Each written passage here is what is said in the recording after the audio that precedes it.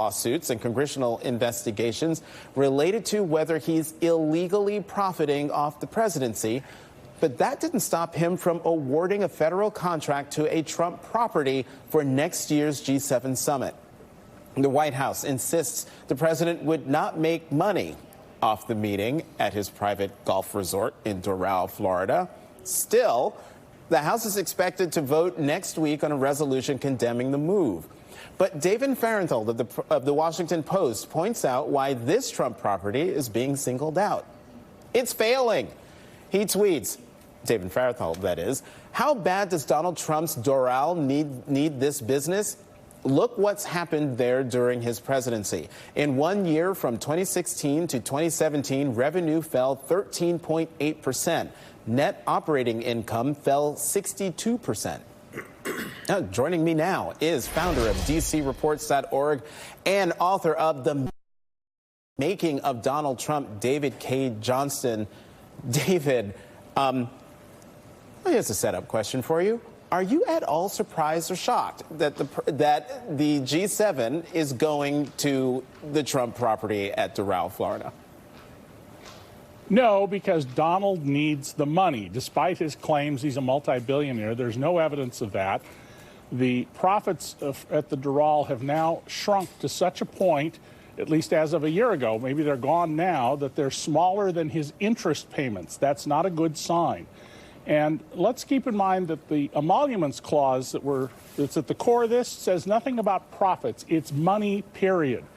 Donald simply getting money from these 6 other big economies at the Doral violates the emoluments clause because he's getting money from them, even if he simply charges his marginal costs.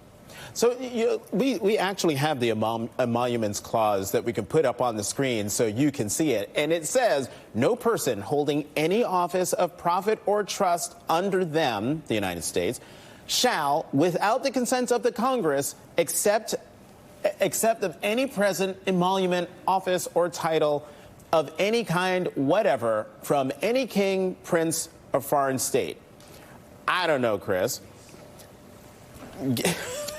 Having the G7 go to a property owned by the President of the United States seems to violate that. And the idea that the White House says he's not making any money off this is laughable. So let me give you my history. I was the Deputy Secretary of Labor. When I was confirmed to be the Deputy Secretary of Labor, I was told I had to sell any individual stock of any company, no matter the amount, to avoid not only an actual conflict of interest, but an apparent conflict of interest.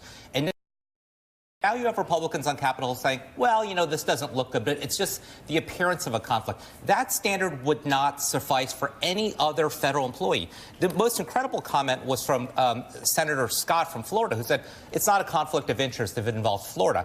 That's actually not the standard. And I dare Senator Scott, why don't you steer a contract to yourself and see how well that works out? This is the thing that... I mean, Jonathan, put up the Constitution's emolument clause again. Put up the emolument clause again. People can read it. It literally, what is going on here is literally word for word what this was designed to stop. And the only thing you could argue here potentially is that Congress has somehow consented with its silence.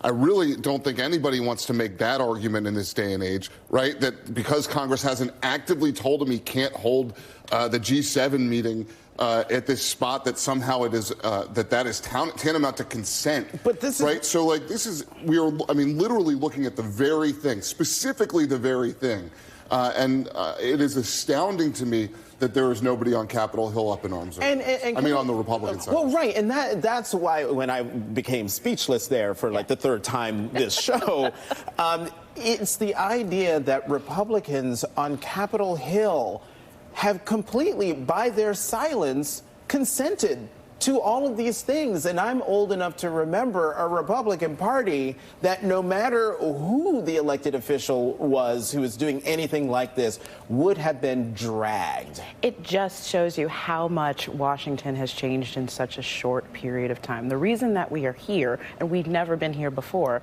is that in our generation, every other president, before even running for president, either divested from their holdings or put them into blind trust. So even president, Jimmy Carter, put his peanut farm into a blind trust. People say he sold it. He didn't sell it. He put it in a blind trust. But for that reason, gave up all of that so there would be no appearance. Now that we have a president who has come in and flouted all of the legal, ethical, and constitutional rules, we are seeing that there is no lever for enforcement. When you don't have members of Congress standing up to him, when he's immune from the federal laws that are involved in this, he's just going to do it because he can. And just think about the fact, the same laws were in place for all of these other presidents, and they took this so much differently. Even Mitt Romney, who was rich when he ran for president, divested and put things in blind trust. It's just the difference in the ethical standard in Washington has just plummeted through the floor in a matter of a few years. And David K. Johnston,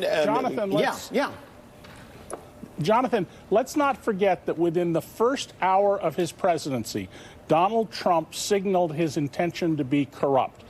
The motorcade leaving the Capitol for the White House stopped on the street, and the whole family got out and took a turn. And not one of the TV networks reported where they were doing it, which was in front of the Trump Hotel that has a lease saying no officer or employee of the government may have that lease. And he's still there. People are paying tribute to him. He is running a racket. You pay tribute to the wannabe dictator if you want some favor from him. And boy, has he been handing out favors of the kind we've been documenting at DC Report, and a lot of other people have been documenting.